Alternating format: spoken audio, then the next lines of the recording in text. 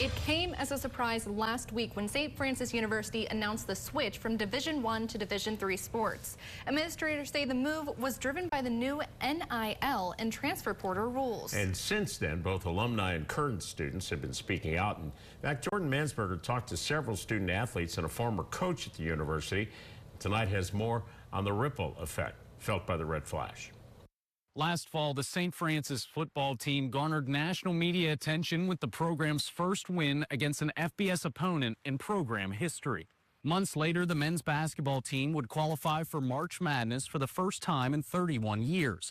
Little did the program know it'd be its last. On March 25th, several student athletes were either training or studying when they got the news via email. Important announcement from Father Malachi Van Tassel, and I was like, oh no. So I clicked on it, and it was addressed to all the athletes. This was at 11:19 a.m., I remember, and then it was saying, hey, we're going to Division III. Immediately, our water polo group chat blew up. My initial reaction was to start crying because I was so overwhelmed. I was like, what's going on? Grace Raquel is co-captain of the women's water polo team, and Grace Reed plays field hockey and is a member of the Student Athlete Advisory Committee. Both say they and their teammates began worrying about what would happen to their athletic scholarships, as Division III can't offer them like Division I. We were all in tears. We were a lot of us just assumed we were going to be here for 4 years playing a Division I sport together, and that was that. And then now all of this was being kind of taken away from us. So they can either have athletic scholarship or play, which sucks. The change isn't coming for another year yet, but both of the girls quickly took to TikTok, where they would become the unofficial faces of frustration among St. Francis athletes. And then I made another one that also got 2.5 million views.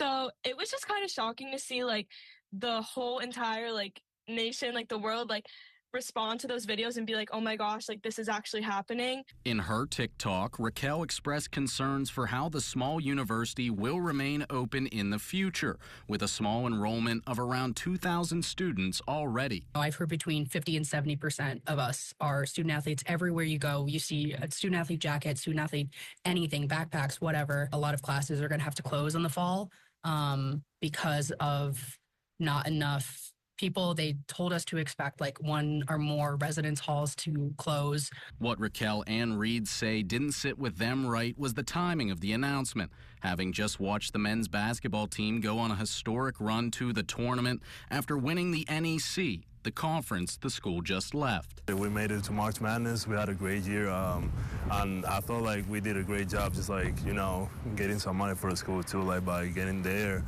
Junior basketball forward from Spain, Valentino Pinedo, was in the transfer portal before the announcement came, but now all but one of his teammates have followed him there. For the people that are sophomores or freshmen, it's going to really affect them. He's going to do 1, 2, 3. So that's not what they sign up for. Head basketball coach Rob Krimmel announced he would be retiring from his job just 2 days after the announcement came out, offering this message to his players. I told our guys that they'll always be remembered as champions, and that cannot be taken away from them. While his decision to retire came after the announcement, Krimmel clarified that it did not impact his decision to move on from the university that he spent 29 years on campus at as a player, assistant coach, and head coach. I realized that it was time for me to be a dad. Reporting in Loretto, I'm Jordan Mansberger, WTAJ News.